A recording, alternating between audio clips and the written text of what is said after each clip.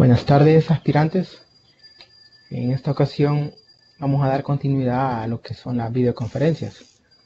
Eh, Quizás antes de iniciar el tema, explicar brevemente la dinámica de la videoconferencia, que básicamente consistiría en la exposición de ciertos subtemas, al final de los cuales habrá un espacio para que puedan hacer preguntas o consultas o cualquier inquietud que tengan referente al tema recientemente desarrollado. Si ustedes lo consideran necesario durante el desarrollo del tema, pueden hacer preguntas. Eso no genera ningún inconveniente.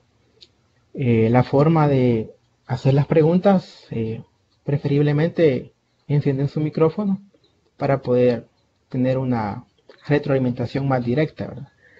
Si no desean hacerlo así, pueden escribir en el chat la inquietud que tengan. Estaré pendiente de él para poder resolver cualquier duda. Así que también quisiera pedirles que tuviesen algo para que anotar, ya sea para anotar lo que son temas importantes o algún concepto que a ustedes le llame la atención. Además que van a existir al menos un ejercicio numérico para que podamos reforzar el contenido aprendido. Así que, por favor, si pueden buscar en qué anotar y una calculadora sencilla, ¿verdad?, para hacer un cálculo breve. Así que esas serían las indicaciones generales para la videoconferencia. Espero que no tengan ningún problema en ver la presentación y que se escuche mi voz de manera clara, ¿verdad? Así que vamos a iniciar con el tema fenómenos frecuentes en la naturaleza. Yo soy Elmer Cardona, tutor de la materia de química como parte del curso de refuerzo académico para aspirantes de nuevo ingreso. Entonces, hablar de los fenómenos frecuentes en la naturaleza es hablar de una serie de fenómenos, llamémoslo así, que ocurren en nuestra vida cotidiana. Es decir, no es necesario que estemos en un laboratorio experimental para poder encontrarnos con un fenómeno de este tipo. Entonces, en la vida cotidiana solemos observar diferentes fenómenos, ya sea de tipo físico o de tipo químico, los cuales la mayoría aparentemente son sencillos, ¿verdad? Sin embargo, si nos ponemos a razonar un poco la ciencia que existe tras ellos, en muchos casos resulta ser un proceso complejo. Ejemplo de ello podemos mencionar encender un cerillo, en donde ocurre una reacción química, ¿verdad? Y una serie de transformaciones y liberación de calor, y son procesos complejos. Congelar el agua líquida para obtener hielo es una práctica que se suele hacer en cada hogar, preparar hielo, ¿verdad? En donde este es un proceso que también está dentro de esta categoría. Entonces, estos procesos pueden incluir ya sean cambios químicos o cambios físicos. Entonces, hay un proceso o un fenómeno químico bastante común en la mayoría de hogares salvadoreños, que es lo que es el deterioro de estructuras metálicas, que es un proceso que para la mayoría es común, ¿verdad? Sin embargo, esto implica una reacción química, en este caso, una reacción de, perdón, una reacción química, específicamente una reacción del tipo redox. Entonces, existen, como ya mencionamos, dos procesos importantes, procesos físicos o fenómenos químicos. También los podemos llamar transformaciones químicas o transformaciones físicas.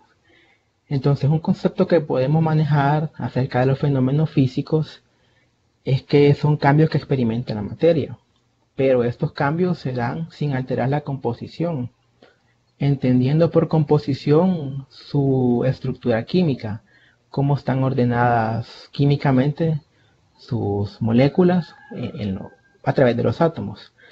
Entonces, en un fenómeno físico pueden cambiar algunas propiedades físicas de la muestra que está experimentando el fenómeno. Sin embargo, la composición va a permanecer constante. Entonces, para ejemplificar un fenómeno físico, como ya se mencionó, en el caso del agua, también podemos hacer lo inverso, ¿verdad? Tener hielo y colocarlo a temperatura ambiente. Entonces lo que va a suceder es que este hielo va a comenzar a derretirse. Entonces, este es un fenómeno físico. ¿Por qué? Porque es un cambio que está experimentando la muestra. En este caso, un bloque de hielo experimenta un cambio físico que vendría a ser un cambio en el estado de agregación o cambio en su estado.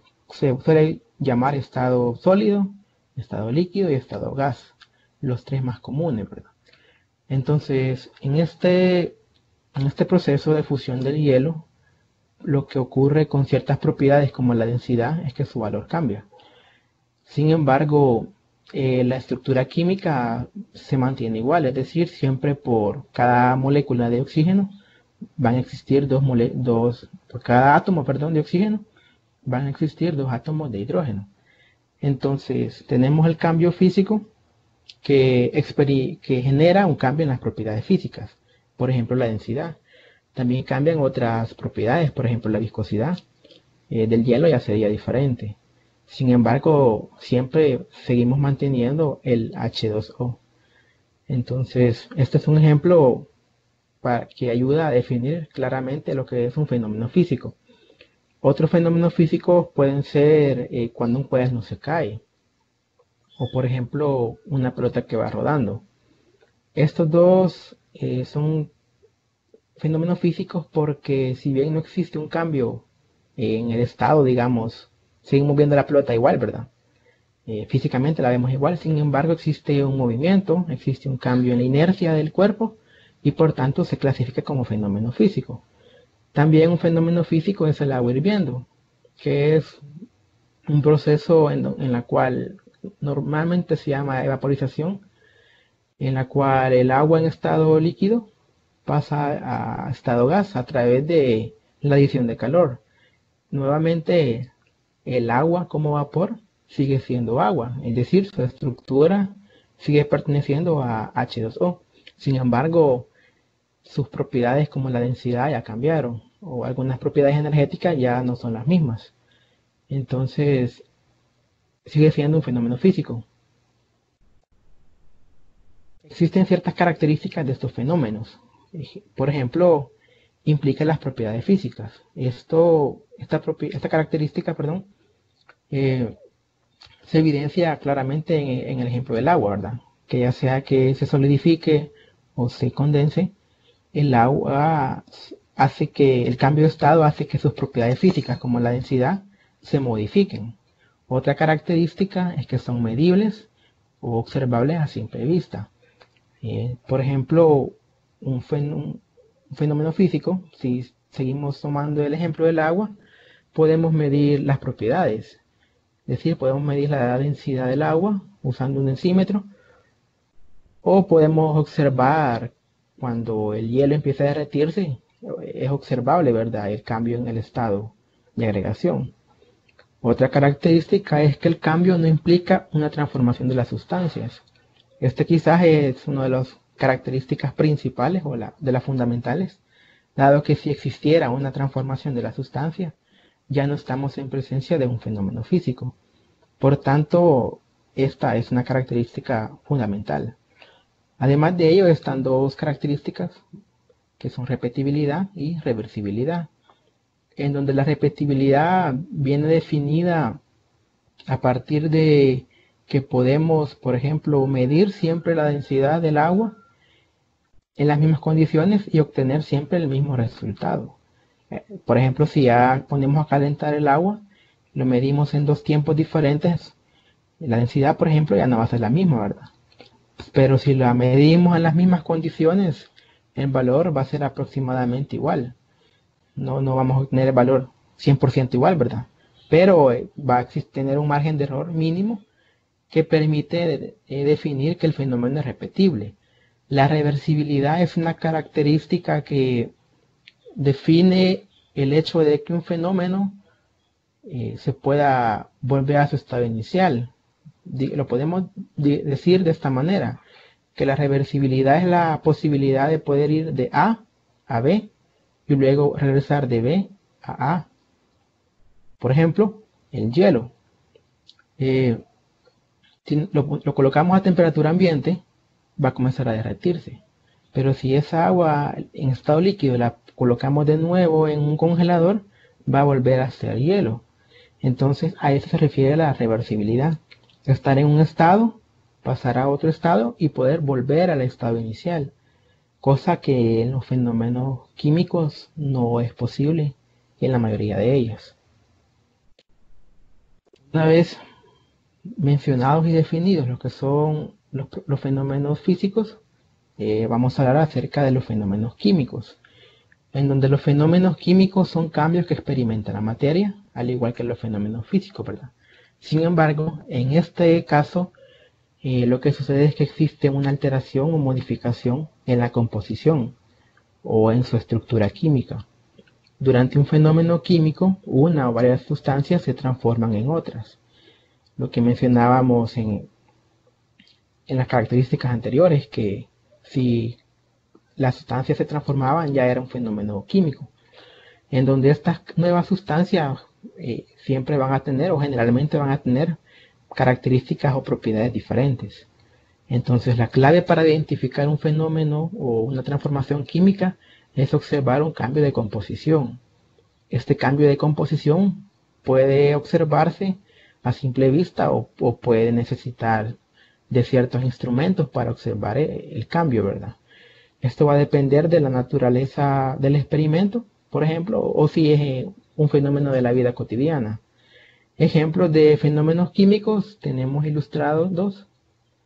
Primero de ellos es la combustión de madera, en donde tenemos la madera que se quema. Después de haberse quemado cambian las características, ¿verdad? Ya la madera inicialmente suele tener un color como café. Después de haberse quemado ya es negro, ya es carbón.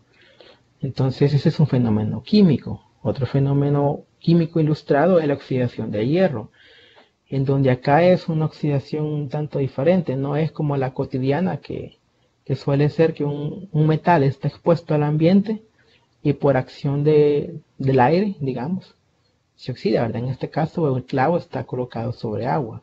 Esto hará que su proceso de oxidación sea mucho más rápido.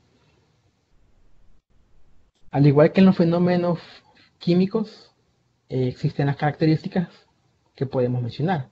Estas características nos pueden ayudar a identificar que ha surgido un cambio de composición o que las sustancias se han transformado. Tenemos, por ejemplo, lo que son cambios de color.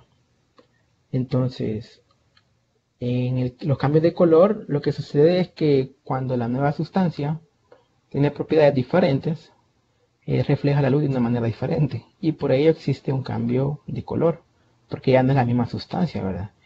Entonces, ¿en qué casos podemos observar los cambios de color? A nivel de laboratorio es como mucho más fácil poder hacer esto. Por ejemplo, si tenemos, por decirlo, sulfato de cobre y le agregamos hidróxido de amonio, entonces inicialmente esto en solución va a tener un color como celeste claro. Una vez iniciada la reacción y finalizada, va a tener un color como azul intenso. Entonces, esto a nivel de laboratorio es fácil observarlo porque nosotros mezclamos el hidróxido de amonio y el sulfato de cobre y vamos a observar que su color cambia bruscamente. Entonces estamos ante la presencia de un fenómeno químico. Otra de las características que nos pueden ayudar a observar los cambios de composición es un cambio de temperatura. En donde normalmente por ejemplo, si se mezcla ácido clorhídrico con agua y tenemos, por ejemplo, un recipiente y lo tocamos, vamos a observar cómo se calienta. Entonces esto es debido a que hay un efecto por parte del calor. Entonces hay un cambio de temperatura. También si nosotros quemamos un cerillo, al terminar de quemar, si lo tocamos, recientemente su temperatura va a ser mayor, ¿verdad? Tenemos otra característica que es la formación de burbujas, en donde acá se puede hacer mención de un fenómeno bastante común, que es disolver una Alka-Seltzer en agua. Entonces, si nosotros hacemos eso, lo que observamos es que el agua comienza a burbujear. Entonces, ¿a qué se debe esto? Esto se debe en parte a que los componentes de la Alka-Seltzer incluyen lo que es bicarbonato de sodio, ácido nítrico, aspirina. Entonces, al agregar el agua, se crea el medio idóneo para que los iones del bicarbonato reaccionen con el ácido nítrico. Entonces, al reaccionar, se genera dióxido de carbono. La temperatura en la cual se desarrolla el fenómeno se encuentra en estado gaseoso. Entonces eso hace que quiera escapar de la solución. Entonces es el burbujeo que observamos en la disolución de la Alka-Seltzer. Entonces estamos en ese caso ante la presencia de un fenómeno químico. Otro ejemplo de característica es la formación de precipitados, que quizá en la vida cotidiana habría que poner mucha atención para poder observar alguno. Por ejemplo, puede mencionarse un ejemplo de esto, una mezcla entre jugo de naranja y agua que va a hacer que la pulpa precipite.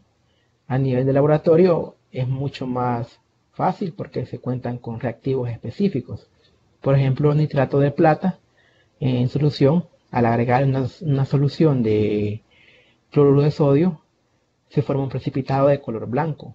Entonces, cuando nosotros observamos que se está formando ese precipitado, es que definitivamente estamos en la presencia de un fenómeno químico. Así, de manera general, podemos mencionar ciertos ejemplos de fenómenos físicos y químicos. Fenómenos físicos, por ejemplo, los cambios de estado, que ya los ejemplificamos con el agua, los cambios de forma. Si tenemos una varilla de hierro, después de cierto tiempo de estar expuesta al ambiente, empieza a formarse como viruta, ¿verdad? Entonces esto va a hacer que la varilla originalmente totalmente, eh, digamos, perfecta, comienza a cambiar su forma. Otro fenómeno físico puede ser los cambios de posición, que fue ejemplificado con el caso de la pelota, que cambiaba su posición, y un cuaderno que se caía. Y las mezclas que pueden ser, por ejemplo, cuando el ejemplo del agua con jugo de naranja, o ya directamente otro tipo de mezcla que nos permita observar un cambio en cierta propiedad física. Ejemplo de los fenómenos químicos, la fermentación, que originalmente era un proceso, digámosle, casero, pero ya hace bastante tiempo que este proceso se industrializó y ahora tenemos en la industria alimenticia la fabricación de diferentes bebidas a partir de este proceso. La combustión, que es lo que observamos en la cocina, por ejemplo, de gas propano, o cuando encendemos un cerillo o madera. La oxidación, que es el proceso que no solo las estructuras metálicas lo experimentan, sino que diferentes sustancias pueden sufrir la oxidación. Y la putrefacción, que es un fenómeno, digamos, biológico, pero que participan también reacciones químicas. Entonces, por eso lo catalogamos como fenómeno químico. Entonces, quizá, bueno, vamos a desarrollar una serie de ejercicios de comprensión, en donde tenemos 4 ejemplos de diferentes fenómenos y me gustaría que ya sea a través del micrófono me comenten cómo lo consideran ustedes, si como fenómeno físico o como fenómeno químico. O lo pueden escribir en el chat y decir tal proceso es un proceso físico para poder entender mejor el tema. Entonces, los 4 casos son, el primero de ellos es la condensación de vapor de agua. El segundo, la oxidación de una puerta metálica. El tercero, la descomposición de la luz. Y el cuarto, la combustión del gas propano. Entonces, no sé si quisieran alguien de ustedes mencionar la posible solución de estos casos.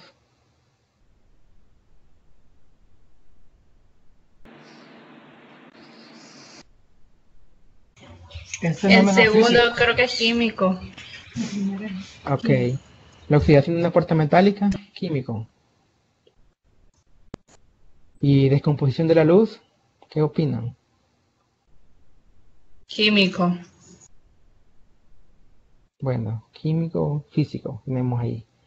Combustión de gas propano,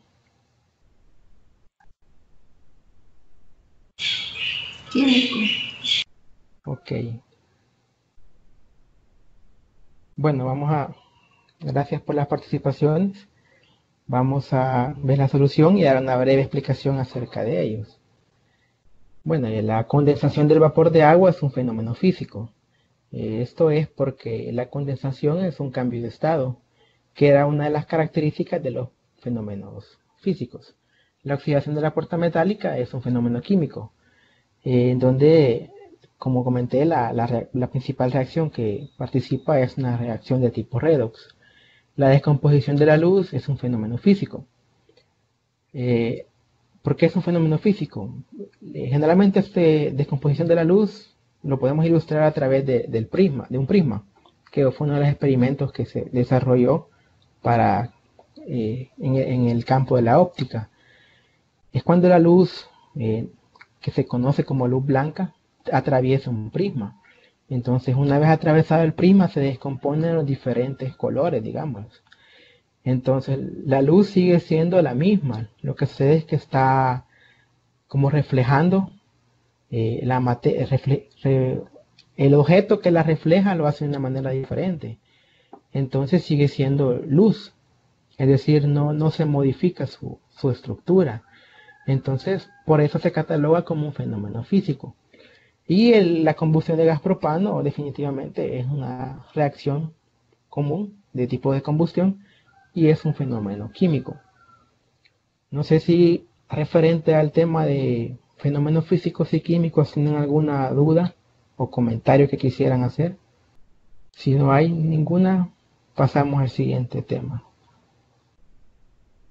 Vamos a tocar ahora un tema ya conocido por muchos de ustedes, que son las propiedades de la materia.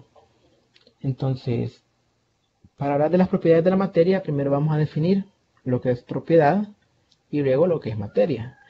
Entonces, las propiedades son cualidades o atributos que podemos utilizar para distinguir una muestra de otra. Básicamente, una propiedad es una cualidad, ¿verdad? O un atributo. La materia es el componente principal de todos los cuerpos. Es todo aquello que ocupa un lugar en el espacio y posee un volumen determinado. Es decir, que materia son los cuerpos. Entonces podríamos definir vagamente propiedades de la materia como aquellos atributos o cualidades que poseen los cuerpos. Entonces, estas propiedades de la materia se tienen una especie de clasificación general que consiste en dos. La primera, propiedades generales y propiedades específicas. Sin embargo, también las podemos clasificar en propiedades intensivas y propiedades extensivas. Cada clasificación tiene como su agrupación específica. Entonces, cuando las propiedades de la materia las clasificamos en propiedades generales y propiedades específicas, nos referimos a que propiedades generales son características que la materia tiene y que comparte independientemente de la composición de la muestra, la forma que tenga la muestra, la presentación o de qué esté compuesta esta muestra. Por ejemplo, podemos mencionar como propiedad general el volumen. Entonces, ya sea que tengamos un metro cúbico de hierro o un metro cúbico de acero, por ejemplo, sabemos que la composición del acero y la composición del oro es diferente, pero siempre mantienen su propiedad, que es el volumen. También este metro cúbico podría ser en forma redonda o podría ser un cubo, tal cual, y siempre tendría la propiedad volumen. Entonces, las propiedades generales las poseen todos los cuerpos y no dependen y son independientes de cómo sea el cuerpo, cómo sea su composición. A diferencia de las propiedades específicas, que estas son propiedades que ya permiten caracterizar a la sustancia. Es decir, que un cuerpo determinado tiene una característica que difiere de otro cuerpo. Por ejemplo, la densidad. La densidad del agua es una, que está en estado líquido, pero la densidad, por ejemplo, del ácido clorhídrico en estado líquido también es otra, su valor es diferente. Entonces, por eso es que la densidad ya es una propiedad específica. Entonces, estas propiedades específicas son cualidades que se pueden subclasificar en dos tipos, que ya hemos manejado estos conceptos también, que son propiedades físicas y propiedades químicas. Entonces, recapitulando esta diapositiva, las propiedades de la materia se clasifican en propiedades generales y propiedades específicas, en donde las propiedades específicas tienen una subclasificación en propiedades químicas y propiedades físicas. Mencionar ejemplos de propiedades generales es la masa, volumen, el peso y la inercia. De las propiedades específicas son el estado de agregación, la afinidad electrónica, potencial de oxidación y el punto de fusión. Como les comenté, las propiedades específicas se subclasificaban en propiedades físicas y químicas. Una definición formal, bastante formal de propiedades físicas la obtenemos del libro de Química de Chang, que dice lo siguiente, que una propiedad física se puede medir y observar sin que se modifique la composición o identidad de la sustancia. Tenemos dos ejemplos ilustrativos, el agua y el color. En el caso del agua estamos hablando de la forma, del volumen del agua. Entonces podemos medir sus propiedades, ya sea densidad, sin necesidad de hacer la modificación de la muestra de agua, al igual que el color. Para medir el color se utilizan una serie de equipos llamados colorímetros. Para medir la densidad se puede usar un densímetro. Estos son instrumentos ya de laboratorio. Entonces, podemos medir las propiedades, ya sea densidad y color, sin necesidad de alterar la composición. En cambio, propiedades químicas lo definimos como aquella que requiere de un cambio químico a fin de poder observar su propiedad. Es decir, que si no existe el cambio químico, la propiedad que queremos medir no se puede observar. Por ejemplo, la oxidación. Mientras un elemento no se oxide, no podemos medir su potencial de oxidación. Entonces tenemos dos ejemplos de oxidación. El más común, que es una estructura metálica, que en presencia de oxígeno comienza su reacción y forma lo que conocemos como viruta o óxido de hierro. Y tenemos una manzana, que creo que eso ya lo han observado, que si cortan la manzana, al tiempo de estar así cortada, comienza como a oscurecerse. Eso se debe a que comienza a oxidarse la manzana. Entonces es por ello que el proceso de oxidación no es un proceso exclusivo de los materiales de tipo metálicos. Entonces, las propiedades de la materia, como les comenté, también se podrían dividir en propiedades intensivas y propiedades extensivas. Las propiedades intensivas no dependen de la cantidad de materia y son particularmente útiles en química. Esta es una definición del libro de Química, la ciencia central, de Brown. Entonces, creo que ese es un concepto ya con el cual se familiarizaron bastante, en donde las propiedades intensivas, aunque yo agregue o quite materia o sustancia, la propiedad va a mantenerse igual. Entonces, ejemplos eran el punto de fusión, un tema desarrollado, en donde ya fuera que tuviéramos, por ejemplo, 1 litro de agua o tuviéramos 2 litros de agua, al medir su punto de fusión iba a ser el mismo. Perdón, estando el agua en estado sólido, ¿verdad? Y la densidad también, no importaba si el agua líquida estuviera con un volumen de 1 litro o de 2 litros, su densidad iba a ser la misma. Entonces, el índice de refracción también es una de las propiedades intensivas, que no cambiaba su valor con agregar o quitar sustancia. En cambio, las propiedades extensivas sí dependían de la cantidad de materia, en donde una definición que podemos manejar es que El valor medido de una propiedad extensiva depende de la cantidad de materia que se considere. Los ejemplos eran masa y volumen. Fueron los dos ejemplos usados bastante, en donde tenían una proporción de que si aumentaba la masa, por tanto aumentaba el volumen. Entonces eso los convertía en propiedades extensivas. Además de ello está la capacidad calorífica, que es una propiedad extensiva, que no sé si tendrán conocimiento de lo que es la capacidad calorífica, pero esto es como el calor necesario que se le debe agregar a una sustancia para aumentar su temperatura. Entonces vamos a hacer 4 ejercicios de comprensión en donde nuevamente les voy a solicitar su participación para entender que hemos asimilado los conceptos recientemente mencionados. Entonces, el primero de ellos dice que en química se suele utilizar ciertas propiedades para caracterizar un material. Los principales suelen ser punto de ebullición, punto de fusión, la densidad y la solubilidad en un medio. Dichas propiedades son propiedades químicas. Las propiedades generales se clasifican en propiedades químicas y físicas. Las propiedades intensivas solo corresponden a propiedades físicas. Las propiedades químicas son independientes de la cantidad de materia. Entonces, estos ejercicios son 4 enunciados y lo que yo quiero es que me comenten con el enunciado si lo que se afirma ahí es cierto o es falso. Y si me pudieran decir por qué, también estaría bien.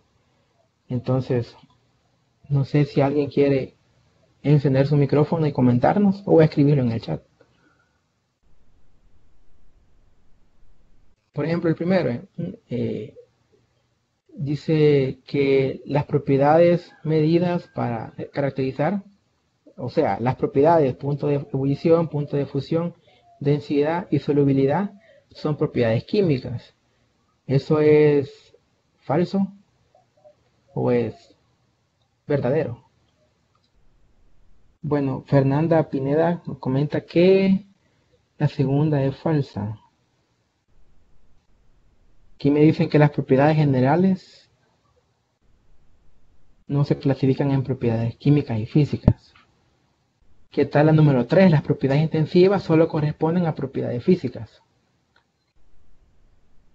Recordando que las propiedades intensivas eran aquellas que no dependían de la cantidad de materia. Y la número 4, las propiedades químicas son independientes de la cantidad de materia. No sé si alguien quisiera comentarnos a través del micrófono. El 3 es verdadero, dicen.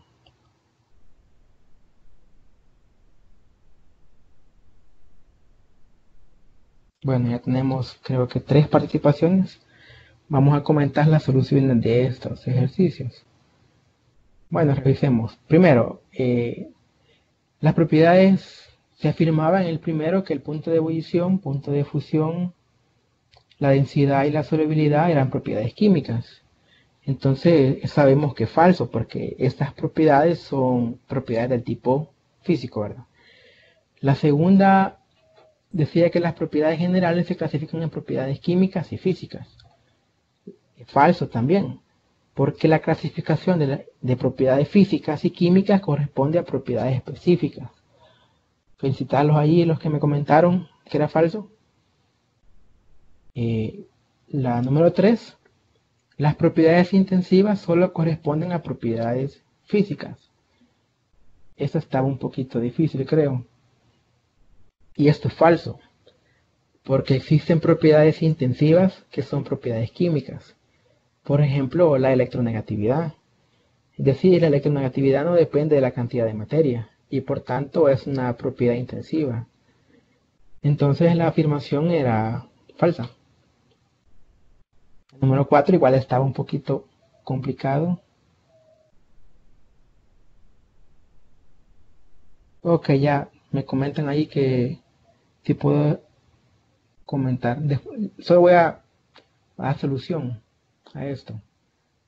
La número 4, las propiedades químicas son independientes de la cantidad de materia. Esto es falso. porque las propiedades químicas porque existen propiedades químicas que cuando cambiamos la cantidad de sustancia afectan su valor. Ejemplo de ello es la capacidad calorífica, en donde cuanta más sustancia tengamos, va a afectar su valor. Por ahí una compañera me comenta que si puedo recapitular. Bueno, para hacer una recapitulación de las propiedades intensivas y extensivas, pues mencionamos que las propiedades intensivas son aquellas propiedades que no dependen de la cantidad de materia, mientras que las propiedades extensivas sí dependen de la cantidad de materia. Para explicarlo mejor, el volumen es una propiedad extensiva, en donde cuanta más masa tenga yo, su valor va a ir cambiando, o cuanto menos masa tenga, igual va a cambiar. Mientras que las propiedades intensivas, su valor no varía. Ejemplo de ello es la densidad, en donde yo le puedo medir la densidad a 1 litro de agua y voy a obtener, por ejemplo, un valor de 1000 kilogramos por metro cúbico. O le puedo medir la densidad al agua con un volumen de 10 litros y su densidad siempre va a ser de 1000 kilogramos por metro cúbico. Entonces las propiedades intensivas son independientes de la cantidad de materia y las propiedades extensivas son dependientes de la cantidad de materia. No sé si tienen alguna duda o comentario referente al tema o los ejercicios. No sé si les quedó claro la solución. Me lo pueden hacer saber. ¿Alguna duda? Si no, vamos a continuar. Vamos a continuar siempre con las propiedades de la materia. Sin embargo, vamos a hablar específicamente de una propiedad. Yo no entendí. Bueno, la solución 4. Ok. Veamos qué dice la 4. La 4 dice que las propiedades químicas son independientes de la cantidad de materia. Esta era una afirmación, ¿verdad? Que la propiedad química no dependía de la materia. Entonces, la solución es que es falso. Entonces, ¿cómo podíamos determinar si era falso? Bastaba encontrar una propiedad química que fuera dependiente de la cantidad de materia. Es decir, que cuanto más materia tuviese, esta propiedad iba a cambiar. Entonces, ejemplo de esta es la capacidad calorífica, que la capacidad calorífica es la capacidad que tiene una sustancia de absorber calor. Entonces, por ejemplo, la capacidad calorífica del agua es 4.180 y algo, no recuerdo exactamente. Entonces, ese valor de 4.18 es independiente de la cantidad de materia o no. Entonces, cuando nosotros observamos, este valor es constante. Entonces, como la afirmación dice que son independientes, lo convierte en falso. No sé si le quedó clara ahora o se lo explico de nuevo. Creo que esto está un poco difícil. No entiende bueno, dicen que no me entiende la 1. Bueno, la 4 ya quedó clara.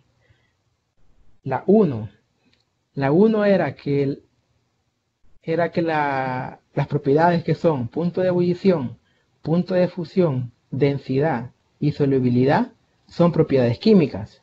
Esa era la afirmación.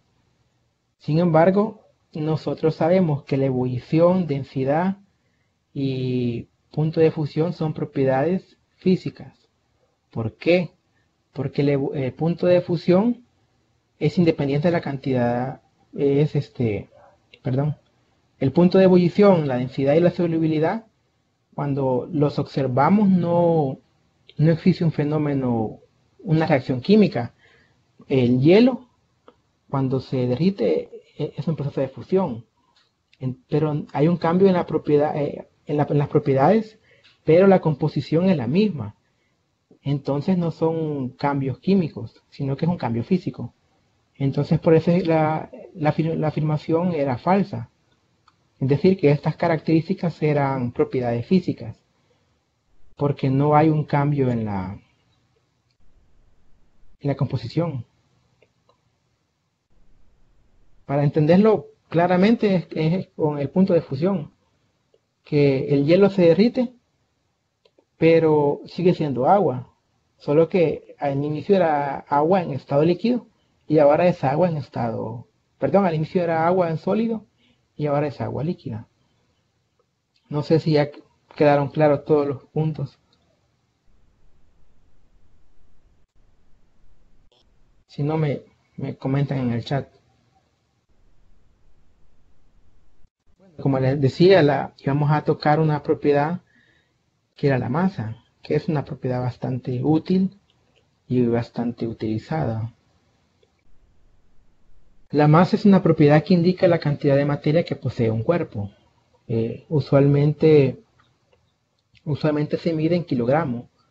Esto es en el sistema internacional, en donde además también se pueden aceptar otras unidades, son múltiplos del kilogramo, como son los gramos, los miligramos, que son unidades válidas en el sistema internacional. Entonces, todo cuerpo posee una porción correspondiente de masa. Es decir, todos los cuerpos tienen su masa definida, ¿verdad? Esta proporción puede concentrarse en uno de los tres estados de agregación principales. Es decir, que este cuerpo puede estar en estado sólido, líquido o gas. Existen otros tipos de estados de agregación, ¿verdad? Pero los principales son estos. Entonces acá tenemos una serie de ejemplos de diferentes elementos o compuestos, como son el plomo, el agua, el corcho, el aire y el hidrógeno. En donde el plomo tenemos 11.34 gramos. Como les mencioné, los gramos es un submúltiplo del kilogramo. Igual el agua tenemos 1 gramo, el corcho 0.24 gramos, el aire 0.013 gramos, el hidrógeno 9 por 10 a la menos 5 gramos. Entonces se observan acá con la masa de estos ejemplos, vemos que son cubos, entonces tienen un volumen definido, ¿verdad? Sin embargo, independientemente del tipo de compuesto que tienen su masa. Pero ¿qué es lo que sucede?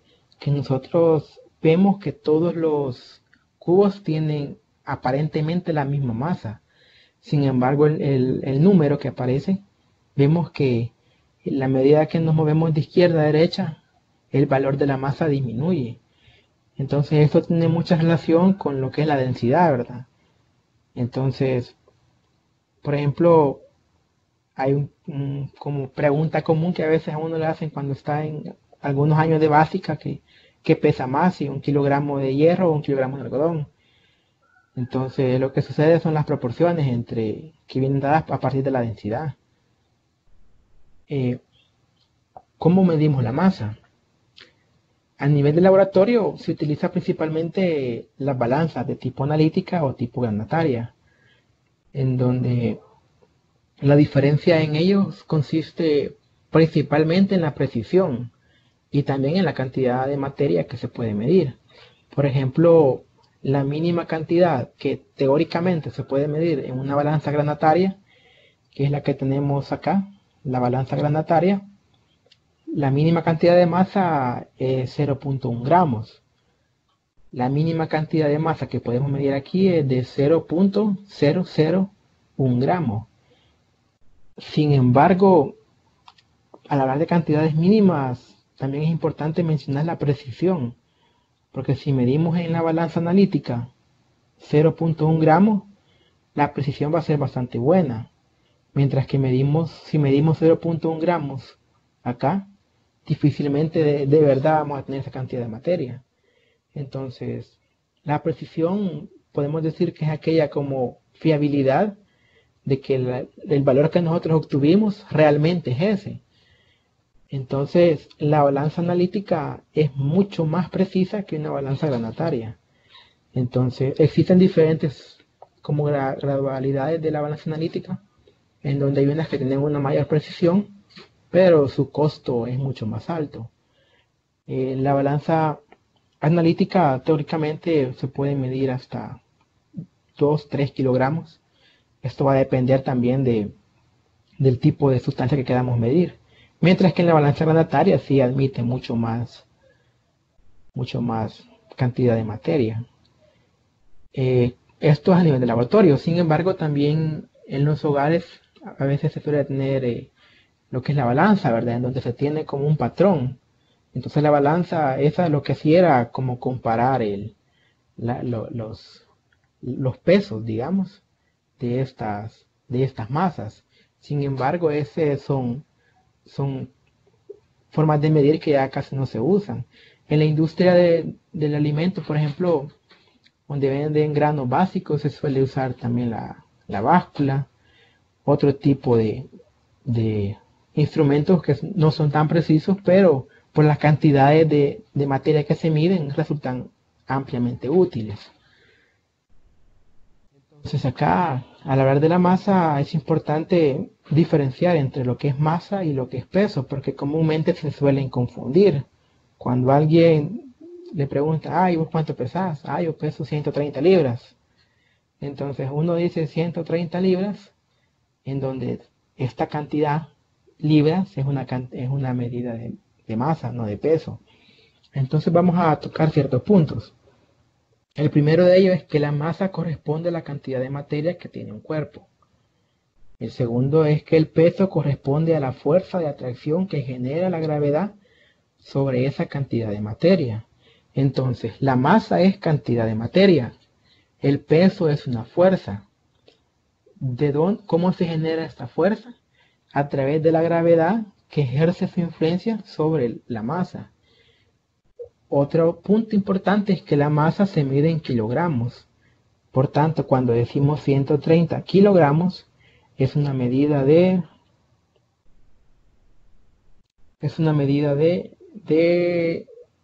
masa. Mientras que la medida de peso es Newton. También el instrumento de medida es diferente. La masa se mide comúnmente en balanzas, como ya lo mencioné anteriormente, y el peso se mide en dinamómetros. Entonces, para el peso es una fórmula, en donde W, que simboliza peso, también se puede usar P, dependiendo del libro de texto, es igual a la masa por G, en donde G es el valor de la gravedad, que se suele usar un valor estándar de 9.8 metros por segundo cuadrado. Entonces, ¿qué sucede? Sucede que el peso depende de la masa. Entonces, cuanto más masa tengamos, el peso va a ser mayor. Pero comúnmente solemos usar como unidades de peso los kilogramos, ¿verdad? O las libras. El ejemplo común es con nuestro peso propio, que nos preguntan cuánto pesamos y decimos tantas libras o tantos kilogramos, en donde esa unidad que estamos utilizando es una medida de masa. Existen también equivalencias importantes a mencionar acerca de esta propiedad, la masa, en donde quizás acá pedirles que si las pueden anotar, porque vamos a hacer un ejercicio con ellas, que esto les va a servir para entender bien los factores de conversión entre las unidades. Así, por ejemplo, tenemos un kilogramo, que su equivalente en libras es de 2.2. Tenemos también que la equivalencia en gramos para el kilogramo es de 1000. Una libra equivale a 454 gramos. Estos son valores aproximados. Ya, los valores le hemos restado ciertos decimales. Pero en la vida cotidiana se suelen usar los valores así porque los decimales son tienen una influencia muy poca, ¿verdad? Entonces, por eso los redondeamos de tal manera. Y otra medida importante es la tonelada, que es la tonelada es equivalente a 1000 kilogramos.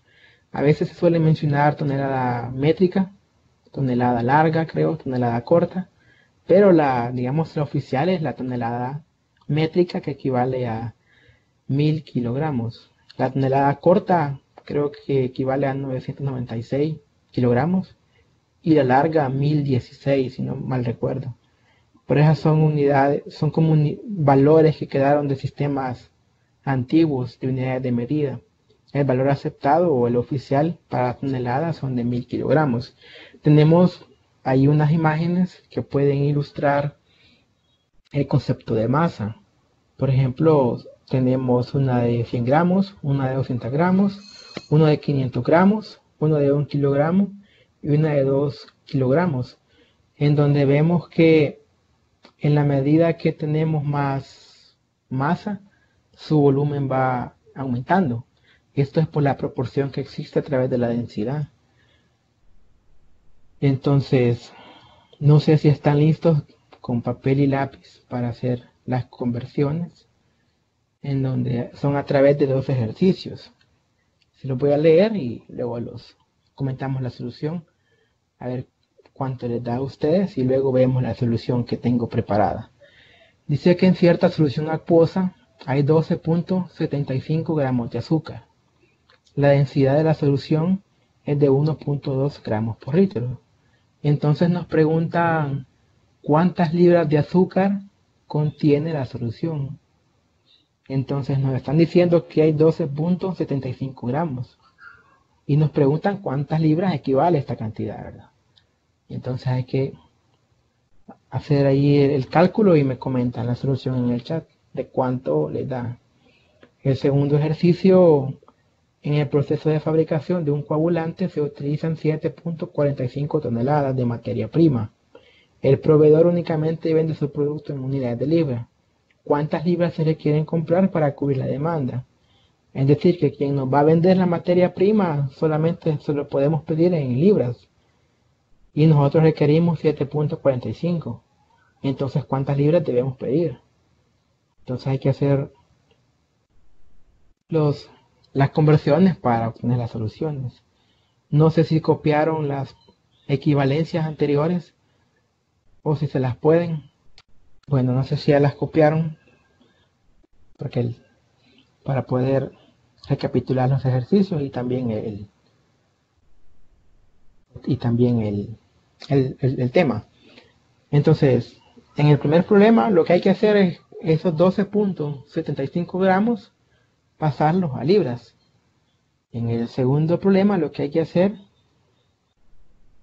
es los 7.45 toneladas pasarlos a libras.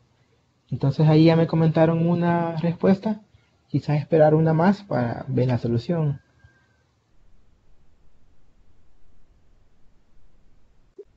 Bueno, ya tenemos dos respuestas. Vamos a revisar la solución de esta. Bueno, en el problema 1, ¿qué requerimos? La equivalencia.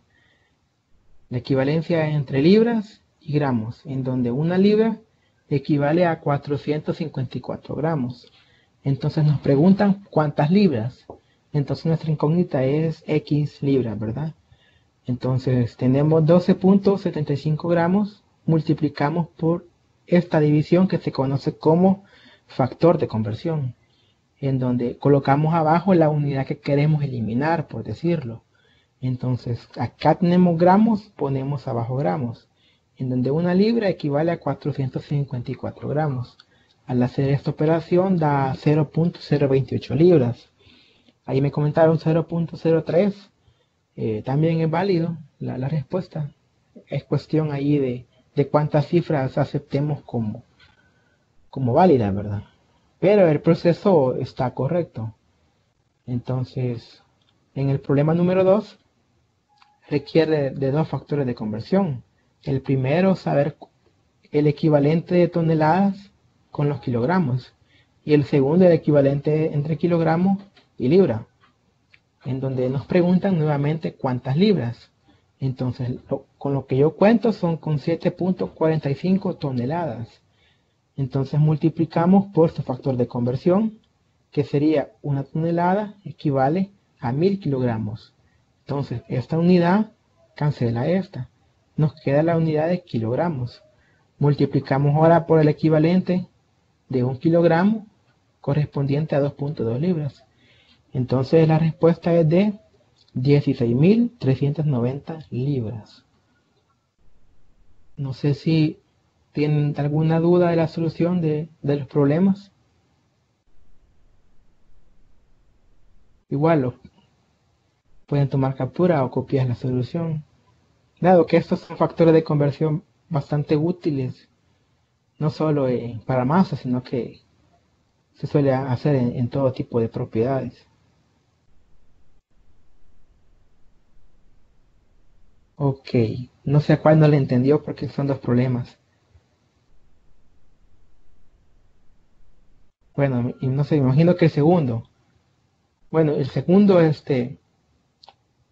nos preguntó, ok, yo creo que al segundo, ok. Nos preguntaban cuántas libras había que comprar. Entonces lo que nosotros buscamos es cuántas libras hay.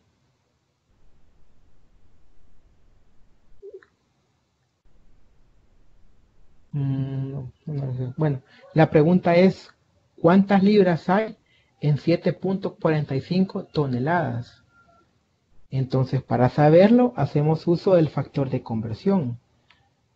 Entonces, primero lo que hacemos es pasar toneladas a kilogramos. Tenemos 7.45 toneladas. Al multiplicarlo por su factor de conversión, que es este que está acá, una tonelada equivale a 1000 kilogramos, que viene de este factor. Entonces, como tonelada está arriba, acá, y acá tonelada está abajo, se nos va a cancelar. Y nos queda kilogramos. Entonces, ahora hay que pasar estos kilogramos a libras, como lo hacemos, usando su factor de conversión, que es 1 kilogramo equivale a 2.2 libras. Entonces, este kilogramo está arriba y este kilogramo está abajo.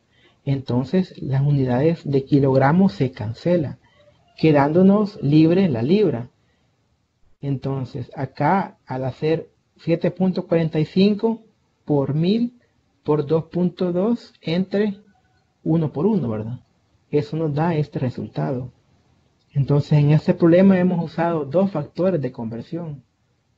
Uno para pasar de tonelada a kilogramo y otro para pasar de kilogramo a libra. No sé si ahora quedó claro.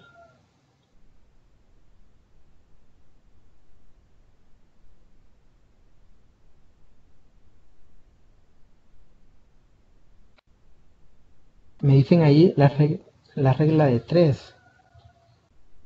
Ajá, bueno, la regla de 3 es algo que se suele usar bastante en educación media, pero digamos que la regla de 3 es como una simplificación de estos factores de conversión de unidades. Entonces, si ustedes lo hacen a través de regla de 3, primero van a encontrar x1, que sería el valor en kilogramos, y luego van a encontrar x2, que sería el valor en libras. Es decir, van a hacer dos procesos de regla de 3. Y con el factor de conversión hacemos una sola operación, en donde al inicio colocamos la cantidad que tenemos, la que ya conocemos. Entonces buscamos un factor de conversión que nos relacione la cantidad que conocemos con la que queremos. Entonces, la que queremos eliminar la dejamos abajo y la que queremos la dejamos arriba. Entonces, por eso tonelada se cancela en este caso, kilogramos también se cancela y nos queda 2.2 libras. Es decir, una sola operación. Mientras con regla de 3 hay que hacer dos operaciones. No sé si hoy sí les quedó claro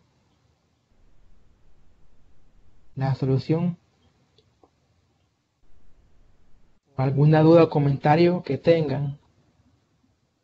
Ok, por ahí una de sus compañeras me pidió que hiciera una recapitulación acerca de este último tema en donde tocamos siempre propiedades de la materia. Sin embargo, hablamos específicamente de la masa, en donde la masa era la cantidad de materia que posee un cuerpo. Y esta cantidad de materia correspondía a todos los cuerpos existentes y en donde estos cuerpos podían estar en estado sólido, líquido o gaseoso, son los tres estados de agregación comúnmente conocidos. Además de ello, la propiedad masa se puede medir a través de balanzas, ya sea granataria o balanza analítica en el laboratorio. En las casas se suelen usar otros tipos de instrumentos como son la báscula, dependiendo de qué queramos medir. Aparte de ello, existen ciertas equivalencias entre las unidades, como lo son que un kilogramo corresponde a 2.2 gramos, un kilogramo corresponde a 1000 gramos, una tonelada corresponde a 1000 kilogramos, en donde la tonelada como unidad de masa, digamos oficial, son 1000 kilogramos, porque las otras que a veces se mencionan, que tonelada corta, tonelada larga, son unidades que corresponden a sistemas de medición que ya no son válidos. Entonces, básicamente el último tema mencionado era acerca de la masa, sus unidades de medida, cómo se medía y los problemas de conversión entre las unidades. No sé si los demás tienen alguna duda acerca del tema de propiedades de la materia, específicamente la masa. Si no, pasamos a hacer un resumen de todo el contenido mencionado. Por si hay algo que se les quedó, acá lo pueden reforzar o pueden preguntar. Entonces iniciamos definiendo los procesos o los fenómenos físicos y químicos, en donde dijimos que los fenómenos físicos son aquellos en los cuales no existe un cambio en la composición de la sustancia, mientras que en los fenómenos físicos sí existía este cambio a través de una transformación química o de una reacción química, que esta transformación generalmente altera lo que son las propiedades de la materia debido a que se convierten en otras sustancias. Además de ello, mencionamos las propiedades de la materia, en donde se hace mención de dos clasificaciones, una bastante general, que es hablar de propiedades generales y propiedades específicas. También se menciona que las propiedades específicas se subdividen en propiedades físicas y propiedades químicas, y que la otra forma de clasificar las propiedades de la materia son las propiedades intensivas y las propiedades extensivas. Hacer mención que las propiedades generales eran aquellas que pertenecían a todas las sustancias, independientemente de cómo fuera su forma, composición o nombre, mientras que las propiedades específicas eran aquellas que permitían caracterizar a los cuerpos y que eran propias de cada uno y que su valor no iban a ser los mismos.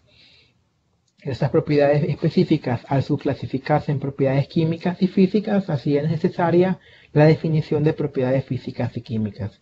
Las propiedades físicas eran aquellas en las cuales no existía un cambio en la composición, y las propiedades químicas sí existe un cambio en la composición.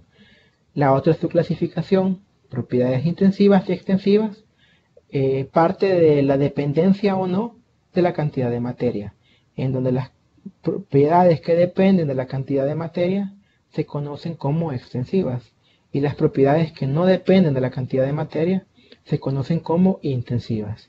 Y finalmente tocamos una propiedad importante, como es la masa, que se define como la cantidad de materia que ocupa un cuerpo, y que su unidad de medida en el sistema internacional es el kilogramo.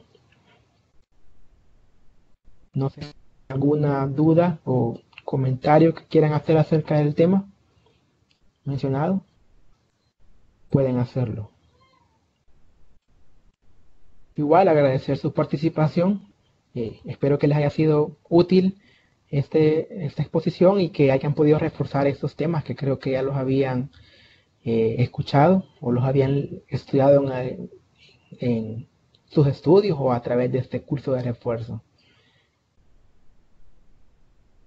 Ok, creo que no hay dudas, así que muchas gracias por su atención.